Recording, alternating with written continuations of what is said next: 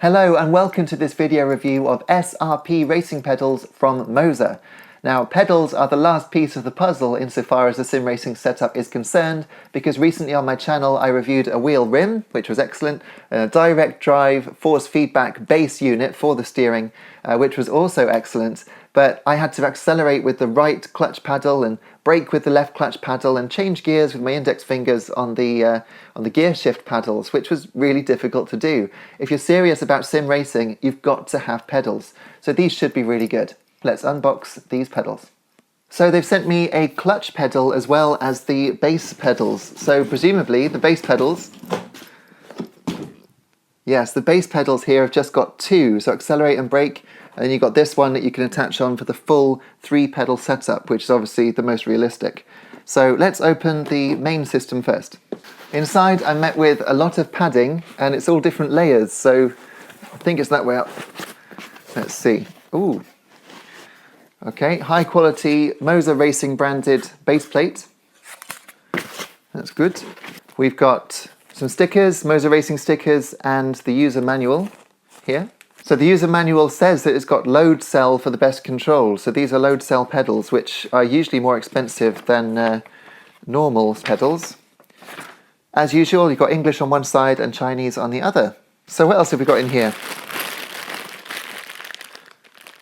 It's a USB cable and some Allen keys and quite a few screws. That will be to attach the pedals to the base unit. And there's also springs in there, 2 springs. There's a pedal. And that's already got a spring in it, so I don't know why it's got extra ones. It's hard to push, very hard to push. Get a real workout from that. It's got 2 Ethernet cables from it, which is interesting. I'm not sure why there would be 2, but 2 there are. In terms of build quality, I could imagine this being in a real car, although obviously it's not like a real pedal and how they're hung. But in terms of the actual build quality and how rugged it is, I mean, this is proper industrial strength. Very, very nice. There aren't any surprises with the second pedal here. This is the gas pedal, or accelerate, and that's easier to push, as you'd expect from the accelerator pedal. This has got just the one Ethernet cable coming out, and on the side there are 2 ports. One says throttle and one for USB, so they'll talk to each other and to the base unit.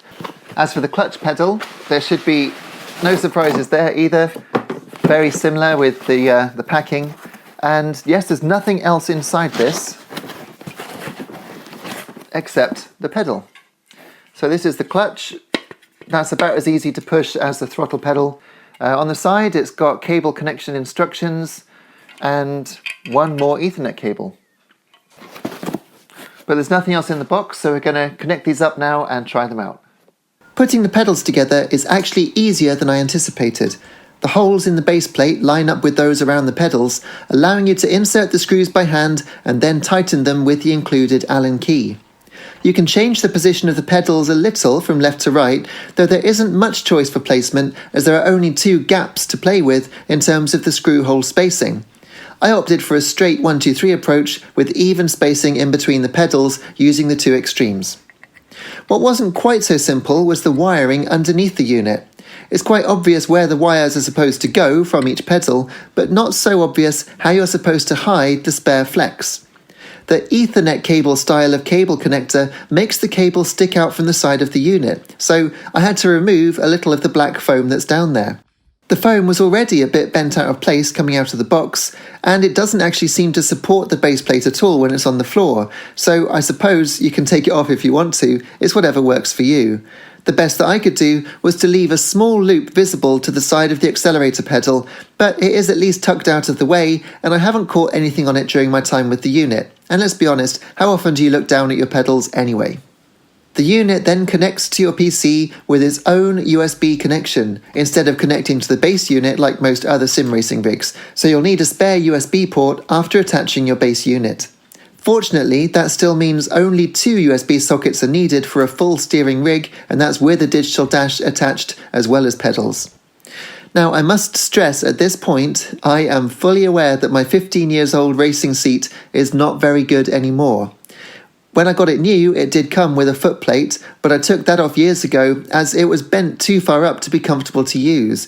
So I've been using pedals on the floor, which I understand isn't as sturdy as having them screwed to a foot plate, but not everyone has access to an amazing rig, and seeing as MOZA also offers a desk clamp, which I've been using to attach it to my racing seat, it's nice to know that the pedals actually work on the floor very nicely. They didn't slip around, and I was always able to get the car to do what I wanted it to do. And in truth, I actually had a better time with them than either of Fanatec's pedal sets that I've used in the past, even though I appreciate their quality too. These don't slip around, and I found that the resistance was just right, but we'll come to that shortly. The pedals connect to the MOZA Pit House app, which is available as a free download from the MOZA website, and immediately you can see the input levels on the home screen as you depress each pedal.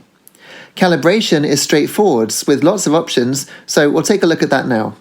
I found that the brake pedal in particular needs a great deal of strength to push to maximum, even when you've hit the load cell buffer. That's probably because it supports a maximum pressure sensitivity of 75 kilograms, which is almost literally the weight of standing on the brakes. I didn't need all that with my preferred experience, so I set it to full brake lock when a modest amount of pressure was applied after hitting the buffer. The accelerator works very nicely when calibrated properly, and the clutch too. I did try the clutch pedal in several scenarios, and it works like a real clutch, but with a paddle shift you don't use the manual clutch anyway, so without having an H shifter, which MOZA currently doesn't offer anyway, the clutch would only be used on the start line to pull away. Still, it does feel right to have it there, even if it gets less use, and I'm sure that if you often use the clutch pedal in your sim driving, you'd be picking it up without me telling you that you need it. As for everyone else, you probably don't need the clutch pedal if you're only going to use the clutch for standing starts. You could just map that to a button. The other area to note in the Pit House app is the menu for mapping input linearity. Now this comes with 4 presets which determine how responsive each pedal is at various points of its range. I'm sure that the S preset here, which uses 2 exponential curves, would be useful, but I personally found that linearity was actually completely fine for my needs, as the load cell offers the perfect brake buffer after calibration, and the accelerator works great too after you've calibrated the minimum and maximum output range. It is interesting to see that I'm barely using half of the range with my preferred input settings, so it's good to know that there is much more room to play with, especially as the pedals get older and it gets a little easier to push on that load cell. I would also say that the pedal unit isn't as versatile as MOZA's older and more expensive SR-P pedal set, and the design is simpler in terms of the pedal shapes. But it is newer, and I feel that some lessons have been learned. I say this because I understand that some people have experienced issues with the SR-P pedal set, and while I haven't tried that set myself, I can at least confirm that I haven't seen any such issues with this new pedal set. I'm very impressed. None of the pedals have squeaked at all during my playtest. They all returned their neutral positions nice and quickly, and I haven't needed to mechanically adjust anything to get a great experience. They've just worked beautifully straight away. Indeed, I've been trying to find a fault with the core pedal set, but I can't. The software allows you to perfectly calibrate them, they feel great in-game, and feel like they're built to last, though obviously I haven't had the chance to test them for months of daily use. So with that proviso, I give the base 2-pedal set of SR-P pedals a very strong recommendation of 5 out of 5. Absolutely recommended if you're putting together a MOZA rig. As for the clutch pedal add-on, I'm slightly less impressed, though it's not really the pedal's fault. With the same resistance all the way through the pedal's play, it doesn't feel like a real clutch pedal in an actual car, so finding the biting point is pretty hard. You've got no feedback.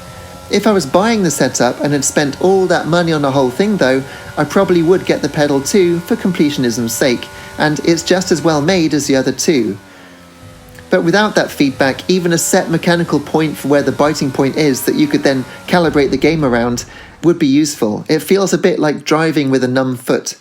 So the clutch pedal gets 4 out of 5 from me. If it were more expensive, it would probably go down to 3 out of 5, but it's only $39.90. So I don't see much reason not to add that final pedal, just so you have the full set, especially as you even save a couple more dollars off that by buying the full set as a bundle. Well, that's all for this video. Please do check out my other reviews of the MOZA family of sim racing products, which include the new CM Digital Dash and the CS steering wheel, for which you'll find reviews on my channel, as well as a double review of the R9 wheelbase with the GS steering wheel. Thanks so much for watching, and I'll see you again soon. Cheers.